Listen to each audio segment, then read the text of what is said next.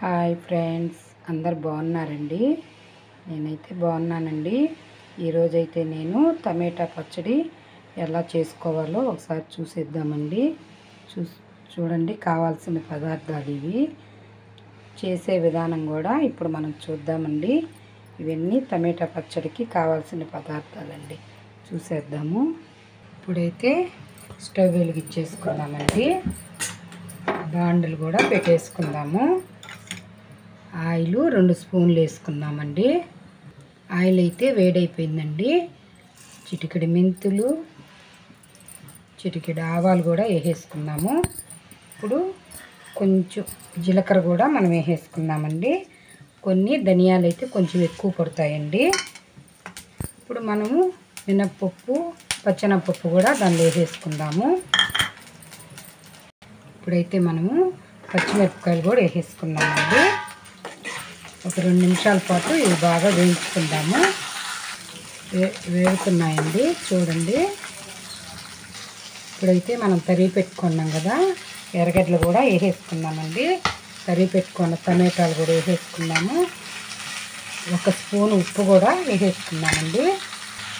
ఇప్పుడైతే తగినంత కరివేపాకు కూడా వేసుకుందాము. కొత్తిమీర కూడా కొంచెం వేసేసుకున్నామండి. చింతపండు కూడా కొంచెం వేసేసుకున్నాం. ఇప్పుడైతే కొంచెం వాటర్ కూడా వేసేసుకున్నామండి. కొంచెం వాటర్ వేసినప్పుడు కొంచెం ఉడికితే బాగుంటుందండి. ఇప్పుడైతే ఉడికిపోయింది ఫ్రెండ్స్. ఇంకా మనం స్టవ్ కట్టేసుకుందాము. కాసేపు ఒక 10 నిమిషాల పాటు బాగా చల్లారి పెట్టుకొని మిక్సీకి పెట్టుకుందామండి. ఇప్పుడైతే ఉడికిపోయింది, స్టవ్ కట్టేద్దాము. ఇప్పుడైతే మిక్సీ పట్టేసుకున్నానండి. ఇప్పుడు వేరే బౌల్లోకి తీసేసుకుంటున్నాను. కొంచెం ఇప్పుడు మనము పోపు పెట్టేసుకుందాం. ఇప్పుడైతే మనము స్టవ్ వెలిగించేసుకున్నామండి. ఇప్పుడు బాండిలు కూడా పెట్టేసుకుందాము. ఇప్పుడైతే బాండిలు వేడెక్కింది. 1 స్పూన్ ఆయిల్ వేసుకుందామండి. ఎండుమిరపకాయలు కూడా వేసేసుకున్నాము. చిటికెడు ఆవాలు కూడా వేసేసుకున్నామండి. కొంచెం పచ్చెనపప్పు తిరామాకులు వేసేసుకున్నాము. ఇప్పుడైతే కరివేపాకు కూడా. ఇప్పుడైతే పోపు వేగిపోయిందండి. స్టవ్ కట్టేసుకున్నాము. బౌల్లో పోసేసుకున్నామండి.